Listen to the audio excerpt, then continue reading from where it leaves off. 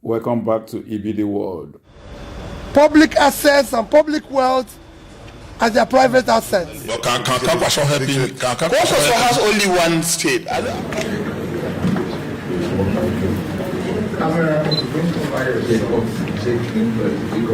Officially, your nomination form. This nomination form is NDC. We're choosing to do things properly. Somebody did not even print any poster, but bought the form to the political party and took her to court. Welcome back, viewers. As expected, we have been waiting for this moment. Obi has finally collected the presidential form for NDC. As you can see in the video, he's filling it, and there are press calls around. And let's listen to what the chairman. officially your nomination form. This nomination form is the serial number is 001, and it is done for a purpose.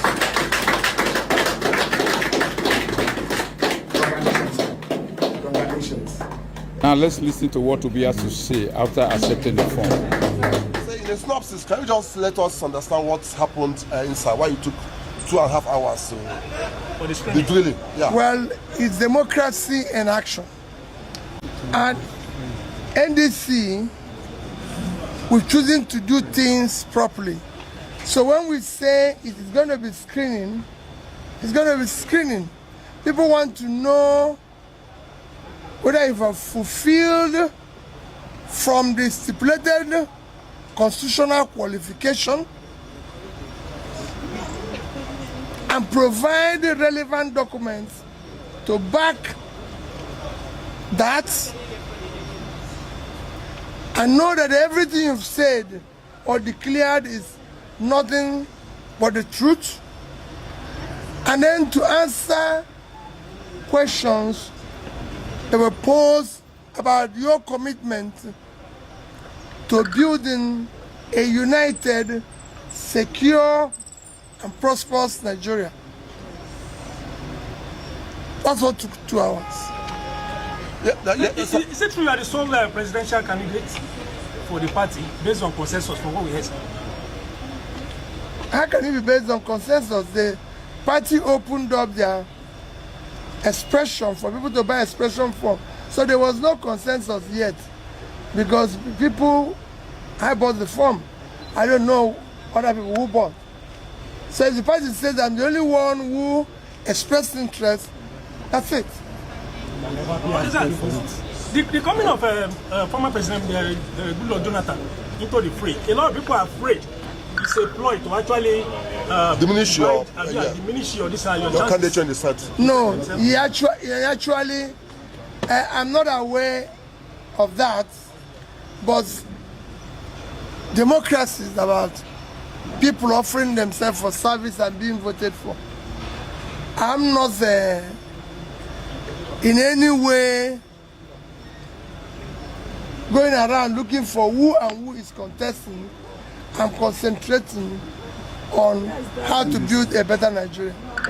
How would you build a better Nigeria, sir? In few words, just tell us how you build a better Nigeria. By first uniting the country. Because it's not a united country today. We have to govern the country by the Constitution of Nigeria, which stipulates that there's a federal character where you have to make sure that it is inclusive. The country must be united. The country must be secured. We want to see where mothers can no longer fear when their children go to school. When they can no longer fear when their children go to work. And when we can travel all over Nigeria without fear.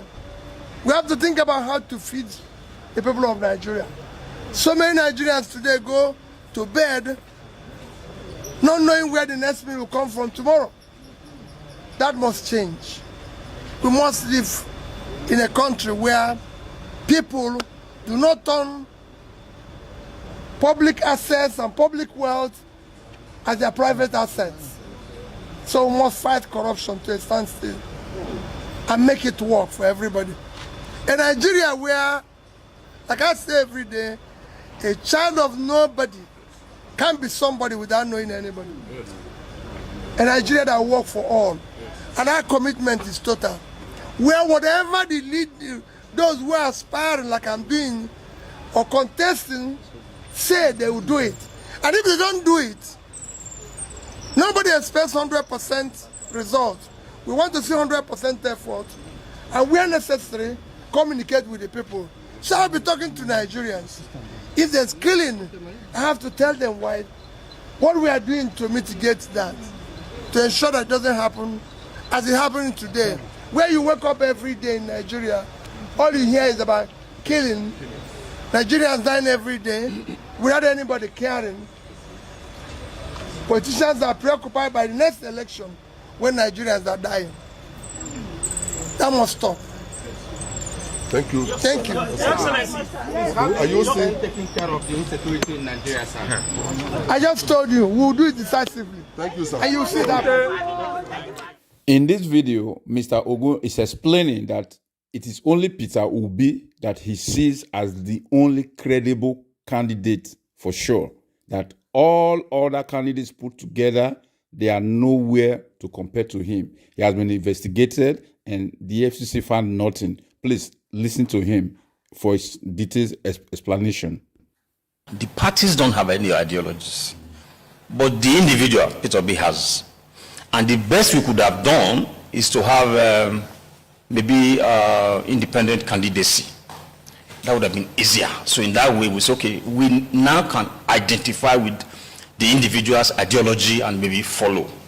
But if the National Assembly cannot do that, I pursued it when I was there. I was part of the Constitutional Review Committee, and we pursued all that.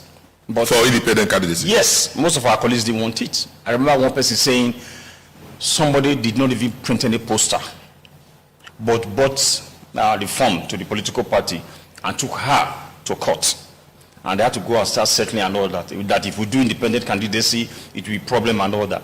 But that was your experience. We are talking about the country.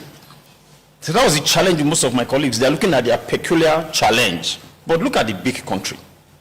So as long as we don't have that, I would say the political parties do not have ideologies. So what should we do? I believe Peter Obi is the only person for now that I can recognize that has the code to reset this country, Nigeria. He has exemplified that by his way of life. He has been investigated and nobody can find anything on him. And I look at the young people. So why don't you key into this vision and let's see where we can take the country to? Not running around with these geriatrics and all that. So for me, whatever, the day Peter Obi says he's quitting politics, that's it. He's going to do 4 years in NDC. The day he's finishing, I'm out of there. I want to go to the Senate. The day Peter Obi is finishing his 4 years in office, I'm also leaving. In this segment, there is a debate going on that even if Obi did not have the full support of the North, but for the fact that the South are supporting him, he is going to skate through because Kwakwaso, as his running mate, will galvanize, even though only Kano and other places in the North. Definitely, the presidency is signed, sealed, and delivered.